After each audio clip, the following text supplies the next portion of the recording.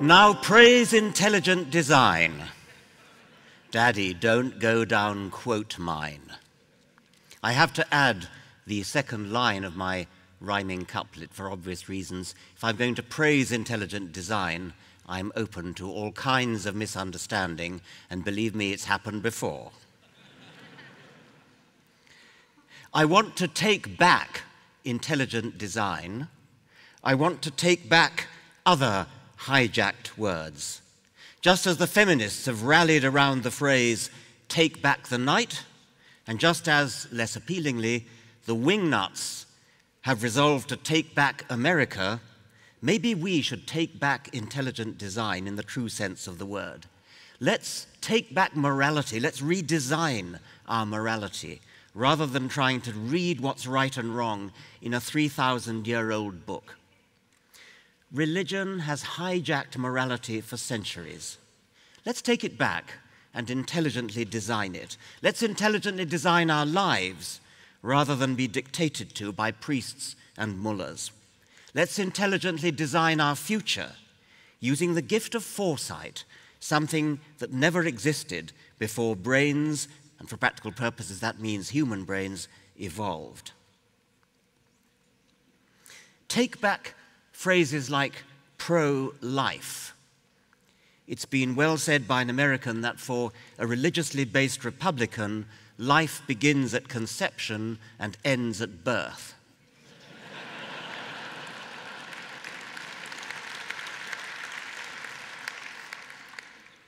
Let's acknowledge the real pro-lifers, people like Doctors Without Borders, Médecins Sans Frontières.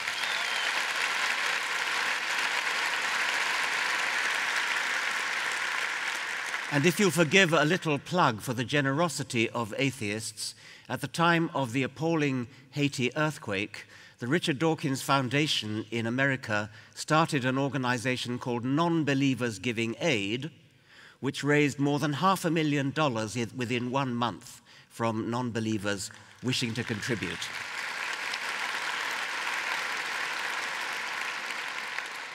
Take back spirituality, hijacked by religion. When you look up at the stars, especially in the southern hemisphere, when you look up at the Milky Way, you have an emotional reaction which some might describe as spiritual, but which has nothing whatever to do with religion or the supernatural, and belongs properly to us. Take back spirituality in that sense. More trivially, we might even take back Christmas. That winter solstice festival celebrated by ancient British Druids with mistletoe and holly, and later hijacked by Christians. And I'm not one of those who gets all fussed by celebrations of Christmas. I don't mind singing the holly and the ivy and things like that.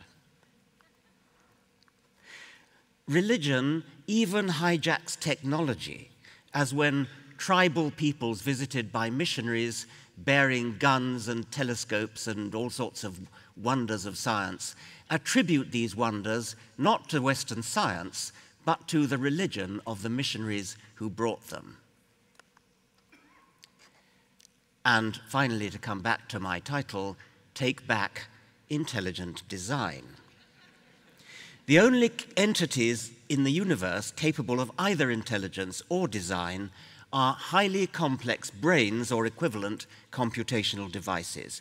These are not supernatural, they're natural, and they come into existence by explicable processes of which evolution by natural selection is the only one we know about. There may be others. But of course, as I said before, to talk of praising intelligent design is to run a gauntlet of potential quote miners. And I'm just throwing out a warning. I shan't have time to say more about that, I suspect. The ability to design is one of the crowning glories of our species. Bridges, planes, buildings, all sorts of ingenious contraptions. The essence of design, in this true sense of the word, is deliberate foresight. The designer works on a blueprint, makes calculations of the likely effects of varying parts of the design. Nowadays, runs computer simulations, builds models, uses imagination, peers into the future, and asks the all-important what-if questions. But living bodies have the astonishing property of mimicking intelligent design. A bird's wing looks designed. When an engineer analyzes the detailed anatomy of a wing or an eye, an ear, a red blood corpuscle, he's bowled over with admiration for how carefully calculated the details seem to be. In David Hume's words, all these various machines and even their most minute parts are adjusted to each other with an accuracy which ravishes into admiration all men who have ever contemplated them. The curious adapting of means to ends throughout all nature resembles exactly, though it much exceeds, the productions of human contrivance, of human design, thought, wisdom, and intelligence. And this illusion of design is what has misled generations of people to think that because it looks designed, it must be designed. It wasn't until the middle of the 19th century that we realized, Hume had already realized logically, but he had nothing to put in its place. It was thanks to Charles Darwin that we realized that there is another way, a genuinely effective way that works, in which apparently designed entities can come into being, evolution by natural selection. And now, of course, we understand that deliberate human design, what we might call true design, is itself a product of that older pseudo-design, which is natural selection. I'll call them paleo-design, the ancient pseudo-design, which is natural selection, and neo-design, the modern, true, deliberate, premeditated design, which did not come into existence until brains had evolved large size.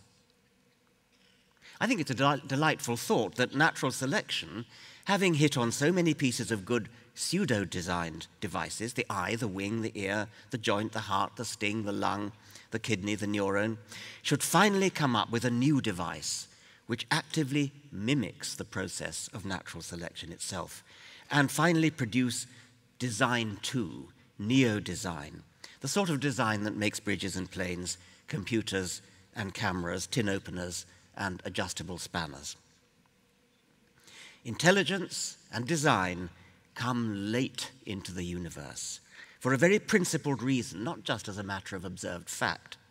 The reason is that intelligent agencies, intelligent entities like brains and computers, entities capable of designing things, are necessarily complex. They are statistically improbable in a functional direction. Complex, statistically improbable things don't just happen spontaneously by luck. That's what statistically improbable means. And this is the utterly mistaken basis for what is by far the commonest creationist objection to evolution. It's a generalization of Fred Hoyle's Boeing 747 argument. A hurricane blowing through a junkyard will never assemble a Boeing 747. To make a complex functioning entity like an airliner, or like a kidney or a hand or a brain, you need a process of gradual improvement. There must be an element of statistical improbability in each one of those evolutionary stages, in each one of those steps by which evolution builds up complex, improbable things like eyes. But the mega improbability of something like a hand or a brain or an eye can only come about through a cascade of micro-improbable steps that occur one after the other, the process of gradual, cumulative natural selection. Neo-design, the design by human engineers, can give better results than paleo-design. There are revealing flaws.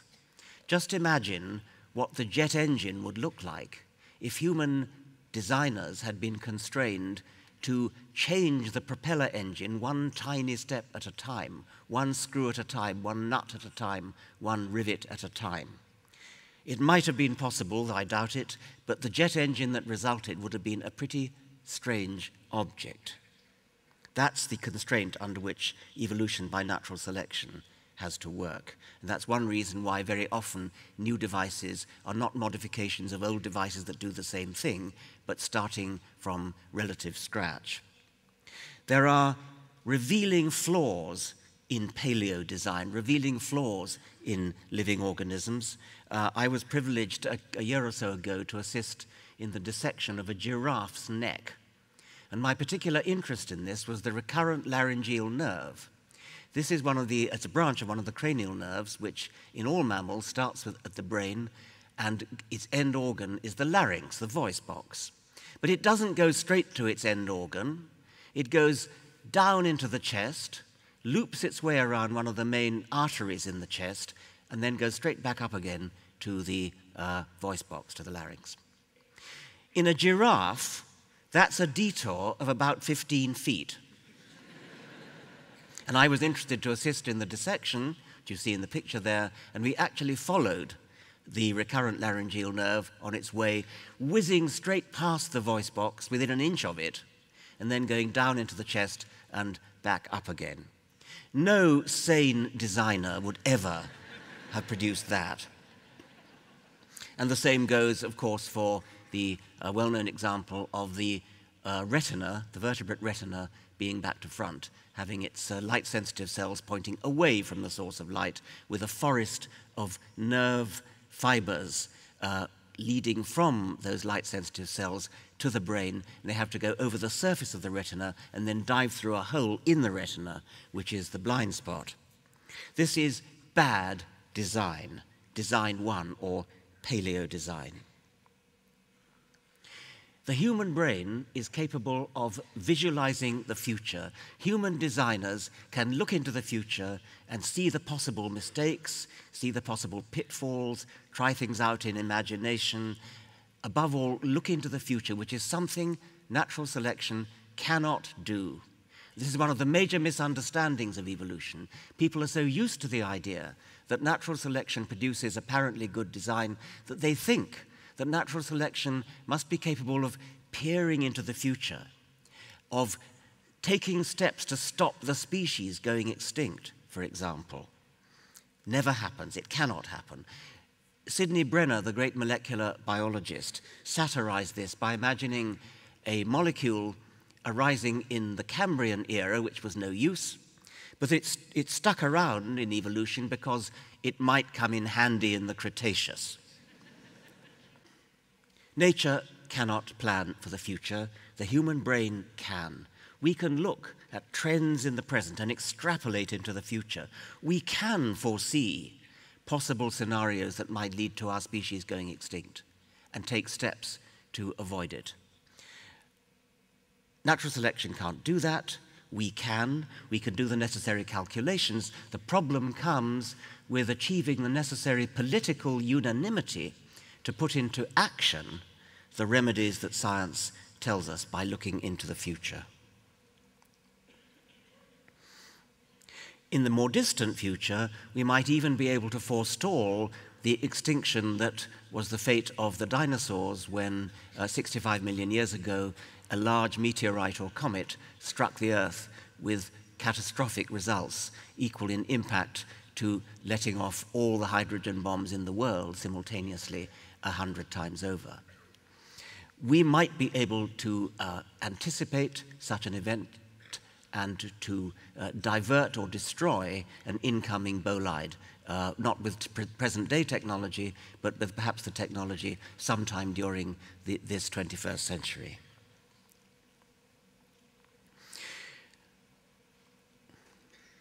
So we're going to reclaim intelligent design from the creationist, and I said that we were also going to reclaim morality. The idea of what's right and wrong has been hijacked by religion, and we must take it back. Let's intelligently design our ethics. The idea that we either do or should get our morals from the Bible is a sick joke.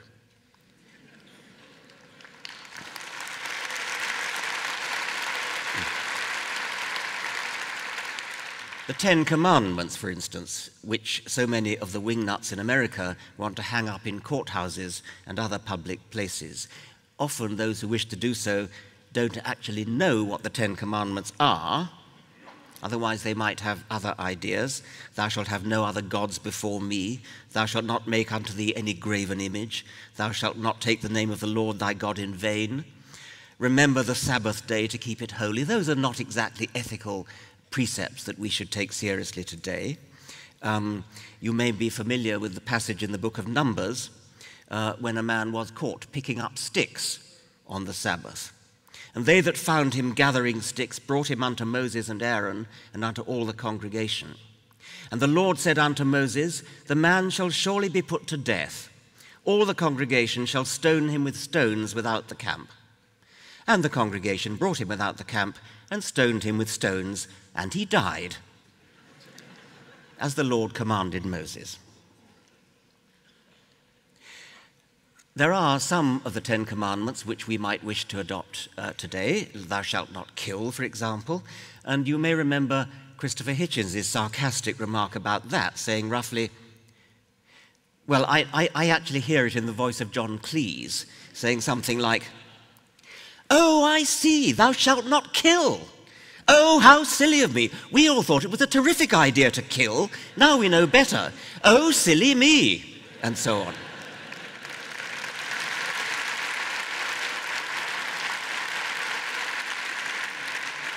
So anybody who's ever read the Old Testament will not want to get their morals from it. And it's not just the Old Testament.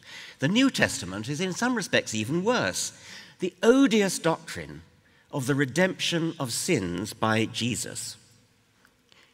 God, the master physicist who devised the laws of physics, couldn't think of a better way to forgive our sins than to come down to earth as his alter ego, his son, have himself hideously tortured and executed so that he could forgive himself.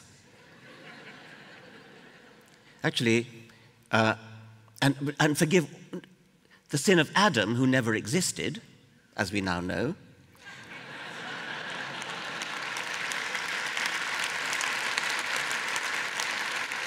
To be crucified to redeem the sins of somebody who never existed, or of all the rest of us for the future, whether we actually intend to sin or not. Actually, according to Christian theology, it doesn't really matter whether you personally sin, because you're all born in sin. You inherit the sin of Adam, which comes down to you, according to St. Augustine, via the semen of your ancestors. What a disgusting doctrine. We're all born in sin because of our remote ancestor, Adam, who never existed. And the doctrine of original sin still goes on, even in churches such as the Roman Catholic Church, which, since it accepts evolution, presumably also accepts that Adam never existed. The doctrine of original sin still goes on. It's typical of the theological mind that even when it's given up factual belief in something, it manages to carry on with the same, in this case, odious symbolic meaning, as though nothing had happened.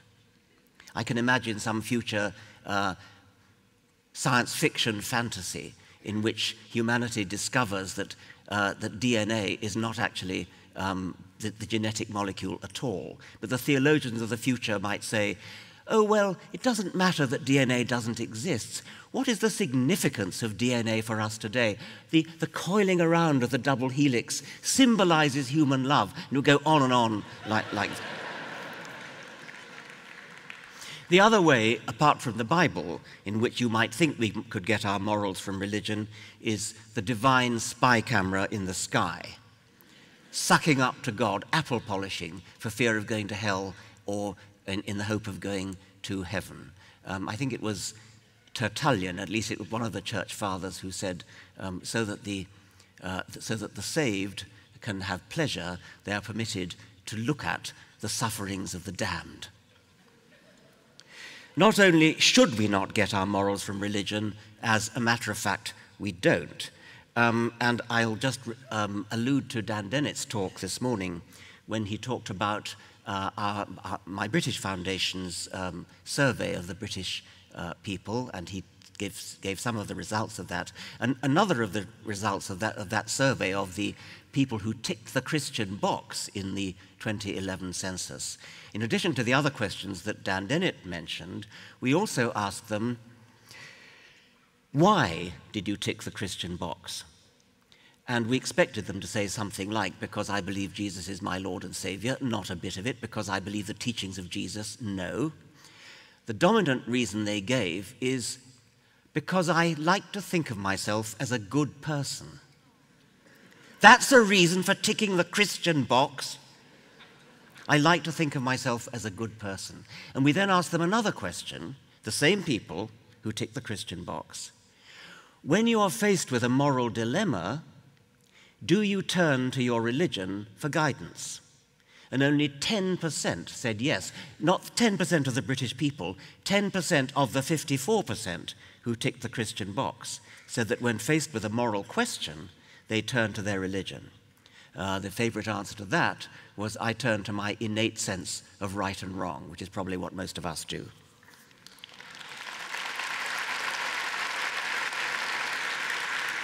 So not only should we not get our morals from religion, as a matter of fact, we don't. And I'm now echoing, or putting in my own words, something that Peter Singer said this morning, quoting Steven Pinker. The changing moral zeitgeist. Early 21st century people, which we all are, get our morals, give or take, from the time in which we live. We have 21st century morals. Some of us are a bit ahead of the curve, others are a bit behind. There are people who are more liberal, people who are more conservative. But we are labeled with 21st century morals, which are quite different from, say, early 20th century morals or 19th century morals. Even people who were right in the vanguard of liberal thought in the 19th century, like Charles Darwin and like Thomas Henry Huxley, his bulldog, they would be regarded as reactionary and actually racist today. Neither Darwin nor Huxley had any doubt that black people were inferior to white people, although both were opposed to slavery. And that's what I mean by saying they were ahead of the curve. They were labeled 19th century moralists. They were 19th century men and they had 19th century morals. My point is that the statistical signal that we get from the century in which you are born is far stronger than the one that you get from the religion that you have or the politics that you have. 21st century morals are different from 19th century morals, etc. So we don't get our morals from religion. We shouldn't get our morals from religion. I'll now move on. How would we intelligently design our morals? Well, that's what moral philosophers like Peter Singer do.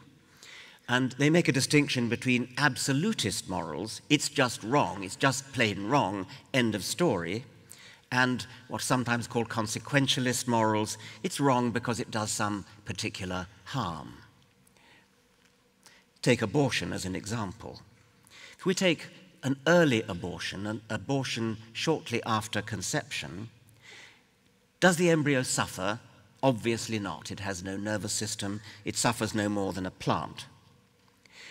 A late abortion, does the embryo suffer?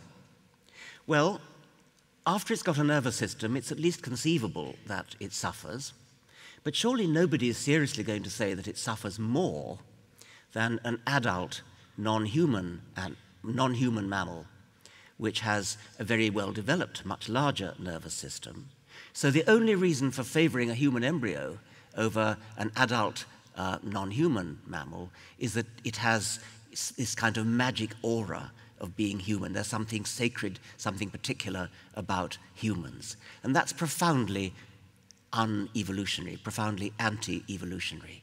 We are animals the same as any other.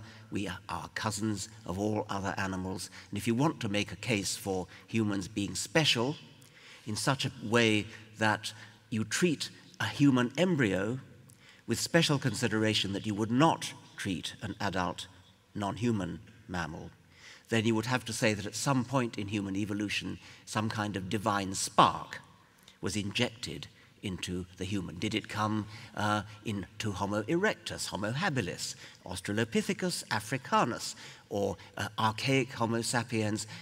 Evolution makes a nonsense of that kind of absolutism.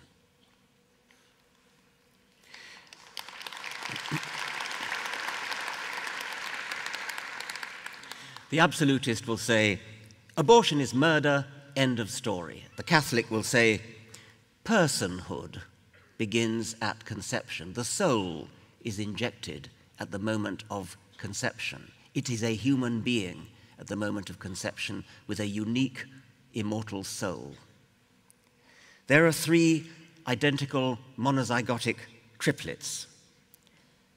Which one got the soul? Which triplet got the personhood?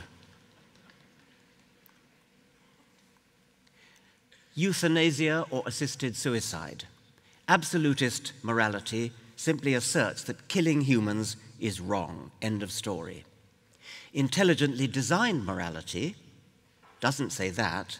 It might offer various concessions to the objectors to euthanasia or to assisted suicide.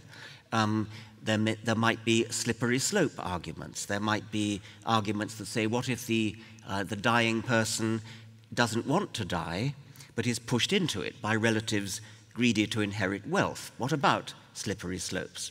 Well, slippery slope arguments deserve to be taken seriously, and consequentialist moralists will do that, but they will not lay down the law and say, this is a human life, you cannot take human life, end of story. Intelligently designed morality will look seriously at assisted suicide and evaluate it from the point of view of suffering and benefit.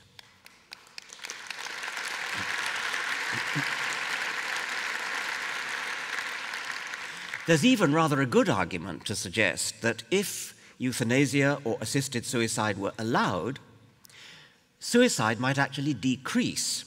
And the reason for this, it's not all that paradoxical. There are certainly people who kill themselves because they're afraid that if they leave it too long, they will no longer be capable of killing themselves. And I know of somebody in my own family who did exactly that. She would have been happy to go on living for quite a while longer, but she was afraid, she was terrified that she would pass beyond the point where she would no longer be physically capable of killing herself. And knowing that no doctor would be allowed to assist her, she killed herself before she was actually ready to go. So that's another argument that you might put to absolutist moralists about assisted suicide.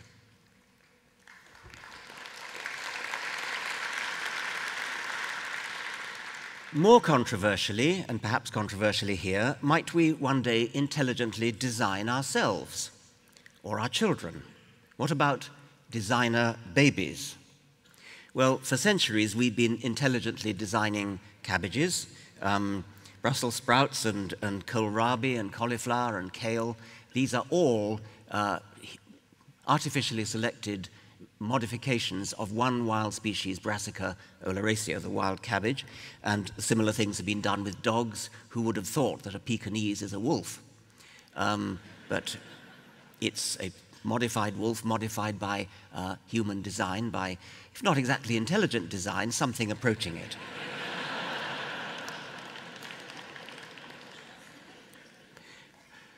Many people are rather happy with the idea of negative eugenics. For example, if it's known that there's a terrible genetic disease in a family, like hemophilia, say, and a genetic counselor will advise a couple who are at risk of passing on hemophilia to a child, don't have children.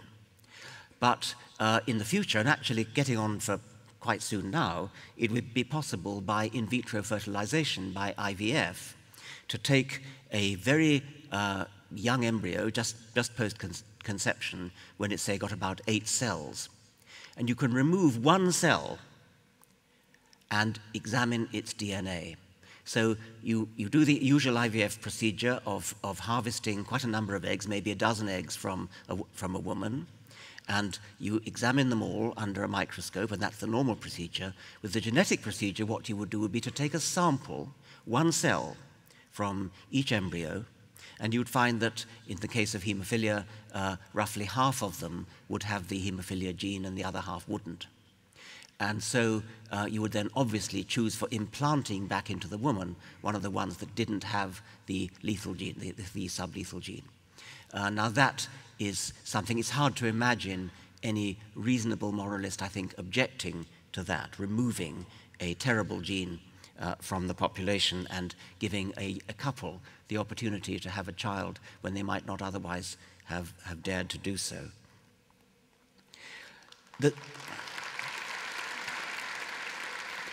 Those people who do object to a negative eugenics will say something like, oh, it involves abortion, which they would say is murder. The great majority of conceptions are aborted anyway. I need hardly tell an audience like that, like this about that. Positive eugenics is more of a problem. Positive eugenics would be the choice. You go to a doctor and you say, doctor, I would like to have a brilliant musician for a child, or a brilliant mathematician, or a brilliant high jumper, or a fair-haired, blue-eyed Aryan. And a lot of people have problems with that, and I think I do myself, but I am talking about about taking back intelligent design, and so I think it's at least worth discussing why so many of us do have a revulsion to the idea of positive eugenics. Part of the reason is that Hitler did it, or tried to do it, and we naturally are repelled by anything that Hitler did. But perhaps we ought to think a little bit more objectively about what is actually wrong with positive eugenics.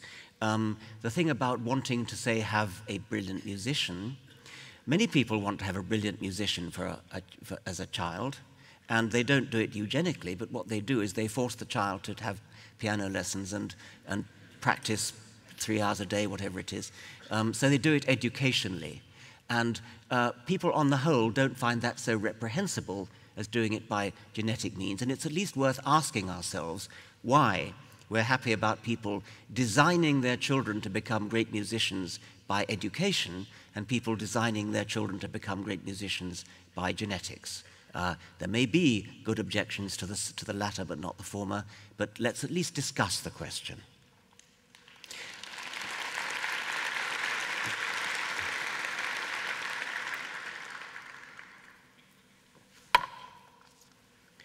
Hitler imposed positive eugenics by fiat from above. Some moralists will see a distinction between that, which I think almost everybody would see as immoral, and letting the parents do the deciding, which I think some of us would have misgivings about. It's a famous quotation from Jeremy Bentham that I want to move on to now when talking about animal welfare. You've probably heard this. Jeremy Bentham, the founder of utilitarian moral philosophy. The day may come when the rest of the animal creation may acquire those rights which never could have been withheld from them but by the hand of tyranny. A full-grown horse or a dog is beyond comparison a more rational as well as a more conversable animal than an infant of a day or a week or even a month old. But suppose the case were otherwise, what would it avail? The question is not, can they reason, nor can they talk, but can they suffer? This is really Peter Singer's subject, but I want to add one argument which I think may be original. From a Darwinian point of view, what is suffering for? Suffering, in the paleo-design sense, is a device built into brains to deter animals from repeating an action which has led to a destructive outcome. It's a kind of substitute for death. It's not death, pain is not death, but it's a kind of warning, if you do that again, you might die or you might shorten your life. So that's what pain is for, and there doesn't seem to be much doubt about that.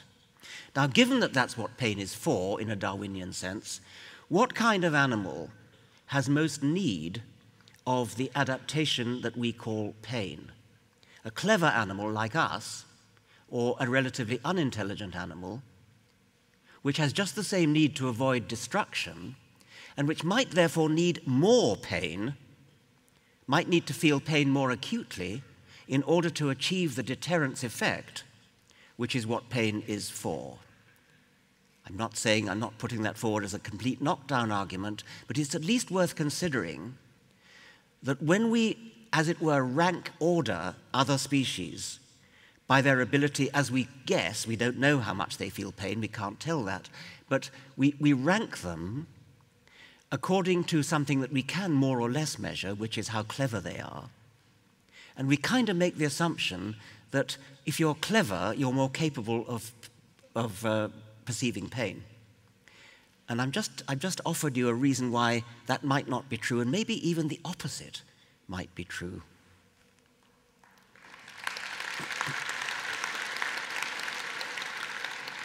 Now, finally, are religions themselves intelligently designed? Scientology is a pretty clear case. We have the word of its founder, L. Ron Hubbard, that I forget exactly his words, something like the best way to make a fast buck is to found your own religion, and then he did it. Because, as was it Barnum said, there's one born every minute. Probably you could say the same thing of Mormonism. We've just heard, I think it was Jeffrey Robertson, expounding the idiocies of this religion, which it looks like one of the two presidential candidates in the United States believes. This candidate believes that a 19th century man called Joseph Smith dug up some golden tablets and read them with the age of a magic stone in a hat and translated the message, although he was a 19th century man, translated it into 16th century English. Is that not the label of a charlatan and a fake? And yet he does have many followers today, including, as we know, one of the probable presidential candidates. It looks as though Joseph Smith was a designer of a religion. He may have fooled himself before he fooled others, but so he may not have been quite so designing as L. Ron Hubbard. I think it's also arguable that St. Paul was the designer of Christianity. It certainly wasn't Jesus. I had a colleague, now dead, who was a great scholar of ancient history in my college at Oxford, and his life's work was to try to decide whether Plato or St. Paul was the greatest shit of all time.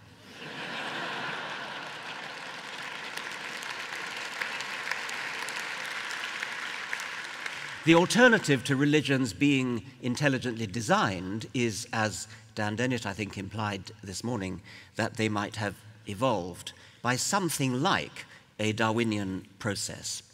And we can distinguish three kinds of Darwinian process of natural selection of some sort, or quasi-natural selection, that might have been responsible. First, conventional Darwinian selection, which means genetic selection. Could it be that a genetic propensity to be religious actually contributed to our ancestors' individual survival? There's a certain amount of very weak evidence that religious belief confers a survival advantage on people in the modern world. They are less likely to suffer from stress-related diseases, and so might possibly prolong their life. Remember that in Darwinian theory, you don't need to prolong life very much in order to have a dramatic effect on evolution. And so something like leading a relatively stress-free life because you get the consolation of religion might make you less likely to have a duodenal ulcer or something of that sort. The evidence is extremely unconvincing, but it's worth mentioning for completeness. Another way in which religiosity might have a conventional Darwinian survival value is if it's not religion itself that has the survival value, but a psychological predisposition or a set of psychological predispositions which tend to lead to religiosity under appropriate cultural conditions. And I've many times suggested that one possibility would be the indoctrinability of children as being a virtue, because children need to be taught the dangers of survival in our wild state, not to walk too close to cliff edges and things like that, not to go into the jungle where there may be lions and so on, and that the indoctrinability of children, because it's useful for survival, was wide open to parasitic indoctrination by parasitic ideas like religious ideas which have no survival value in themselves, but which the poor, unfortunate child mind has no way of distinguishing from useful advice. And at this convention 2 years ago, I added another suggestion, which is what I called vacuum gratitude, the tendency to feel grateful when something good happens, which might have psychological benefits and could become grafted onto a religion, a tendency to want to thank something and therefore to invent a god to thank. Okay, so much for conventional Darwinian selection. Is it group selection? That's just silly. Actually, it's not that silly. Group selection in general is just silly, but one of the very few places where something like group selection might work, the idea that some groups survive better than others and propagate better than others, Darwin himself, no less. It's the only place in all Darwin's works where he even flirts with group selection is when talking about humans. So it is possible that we could construct some sort of Darwinian model for successful religions surviving better than unsuccessful religions.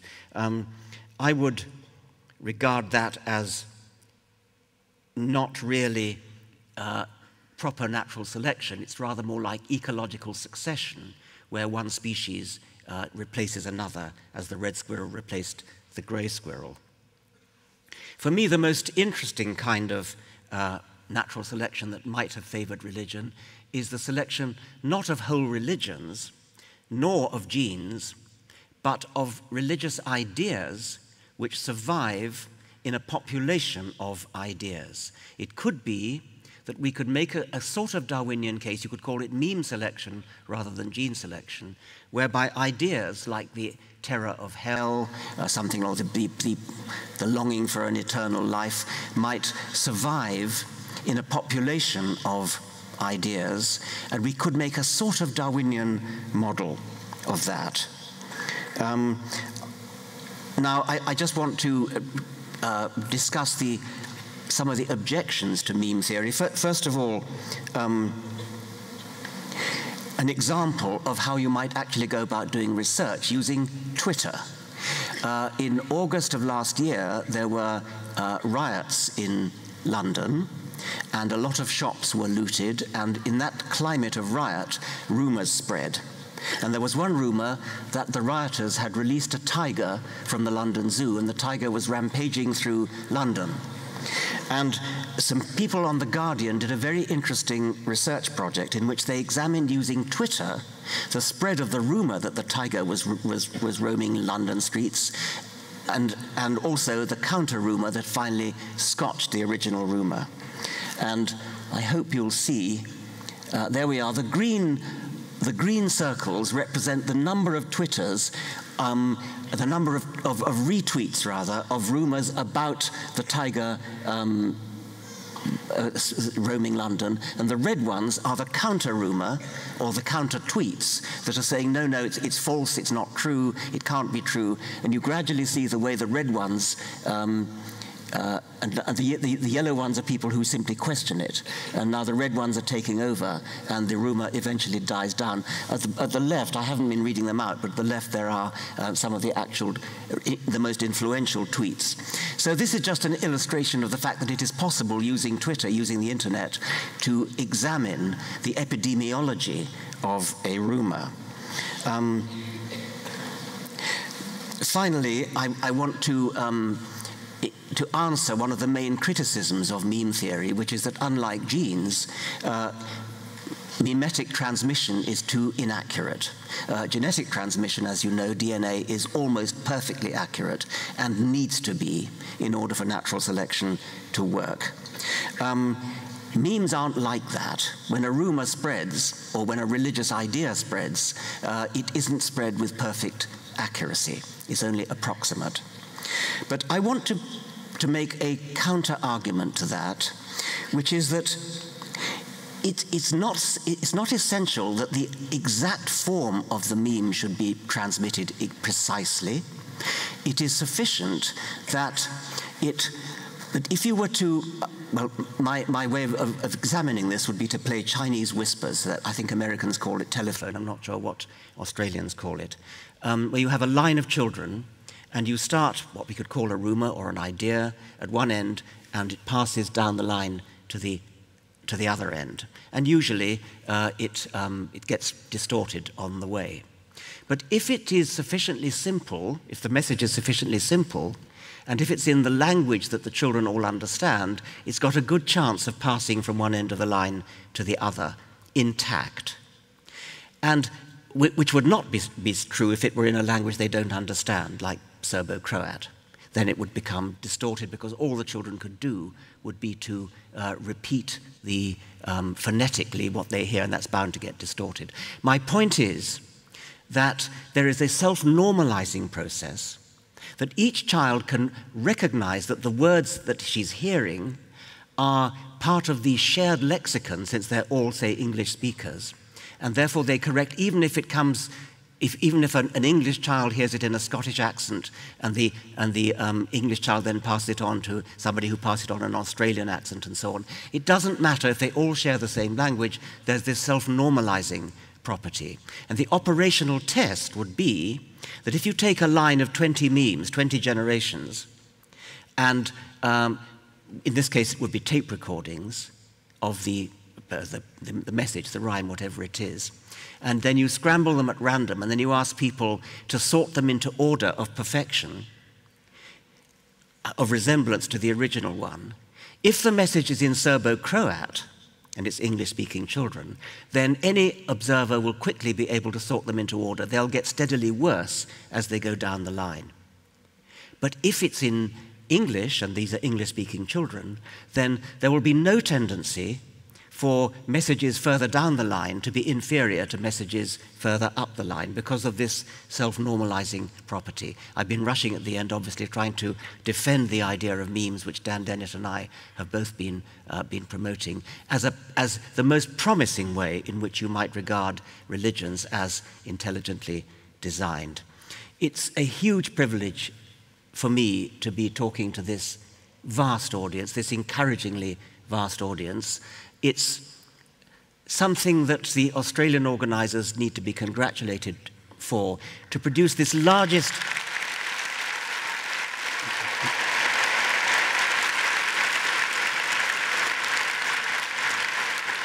to achieve this in a relatively remote part of the world, a bigger organisation, a bigger conference than has ever been achieved. The Reason Rally, I accept, is a different matter entirely. And I do want to warmly thank the organisers for inviting me and for putting on this tremendous show, which I find immensely inspiring for the future. Thank you very much.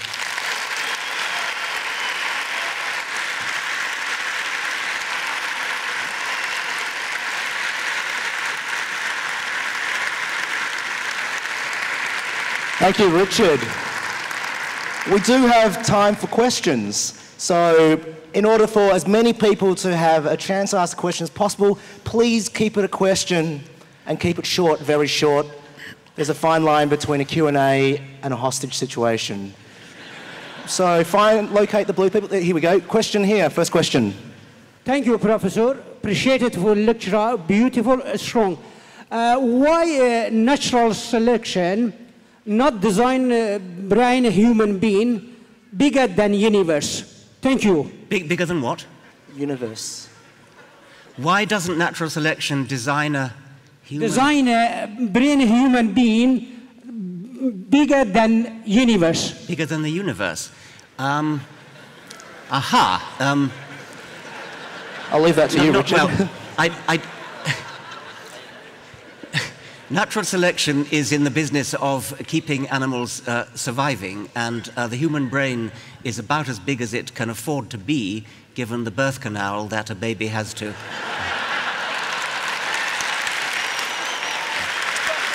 All right, above the exercise, top there.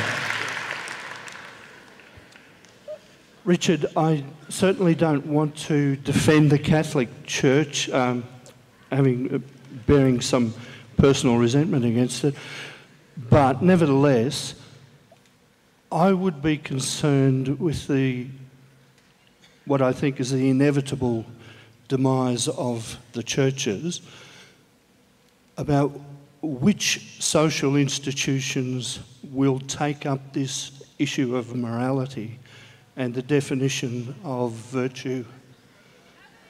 Where is that force going to come from? Well, I hoped I made it clear that wherever else it comes from, we don't actually want it to come from religion.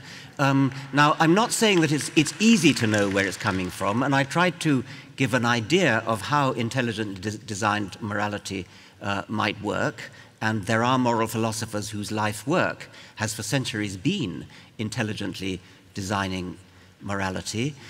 If, when you say you don't want to defend the Roman Catholic Church, you're saying that you fear that if say, Christianity goes, some other kind of religion which might be even worse. Some of you may know the Hilaire Belloc rhyme that ends up, and always keep a hold of nurse for fear of finding something worse. Now, there's no doubt in my mind that Islam is far more evil than any brand of Christianity. And so I could imagine somebody making the case that we need Christianity as a bulwark against something worse, always keep a hold of nurse. But I don't actually think it's that. I think I'd much rather go ahead with getting rid of religion altogether insofar as we can, and try to fight Islam at the same time as we fight Christianity, and to intelligently design our lives, our morality, our ethics, our politics, so that people can lead genuinely fuller and happier lives. The other suggestion that's been made is that if we get rid of religion, it'll be filled with all sorts of woo and nonsense and telepathy and homeopathy and things like that. That is also a risk. And once again, we all here appeal for critical thinking, rational thinking, which should dispose of those things at the same time as it disposes of religion. Down here.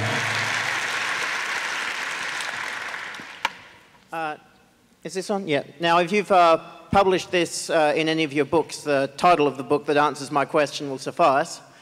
But what is the survival value of the appreciation of music? This is one of those questions which it has a more general answer. What is the survival value of having a big brain?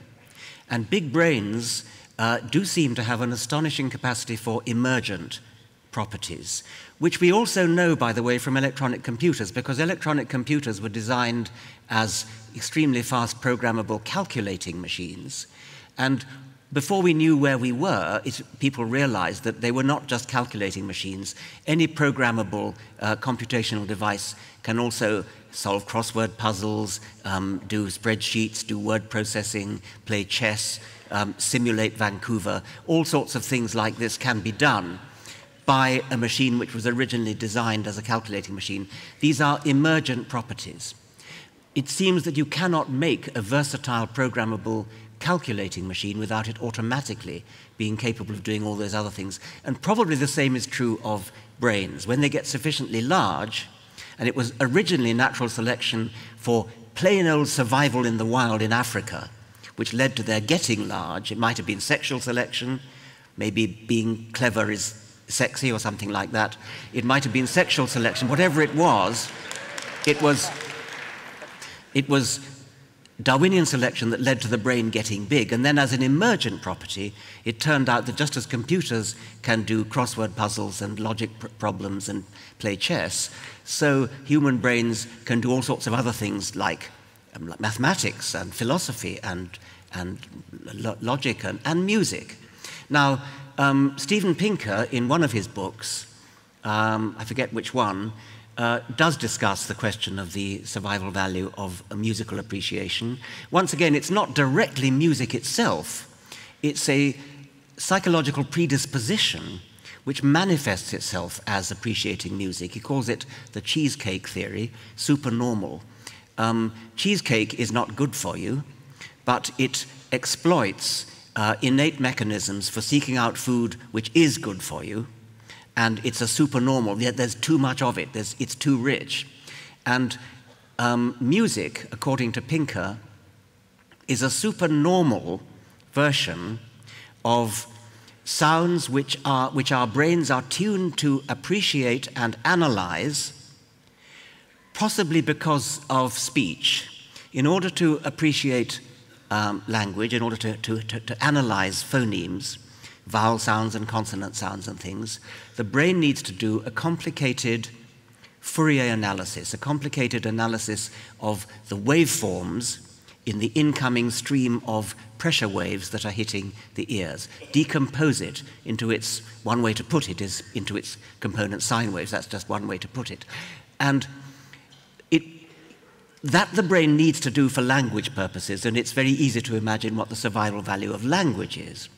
Now, given that the brain is doing that analysis, a pure tone, whether by a tuning fork or a trumpet or a clarinet or a violin, would be a kind of cheesecake for the ears. It would be not exactly a pure sine wave, but something close to a pure sound of the kind which the brain is pre-programmed to analyze for the much more complicated purpose of analyzing speech. So that would be the Pinker theory. It sounds plausible to me, but there may be others. Ladies and gentlemen, that's all the time we have left for questions. Please thank Richard Dawkins.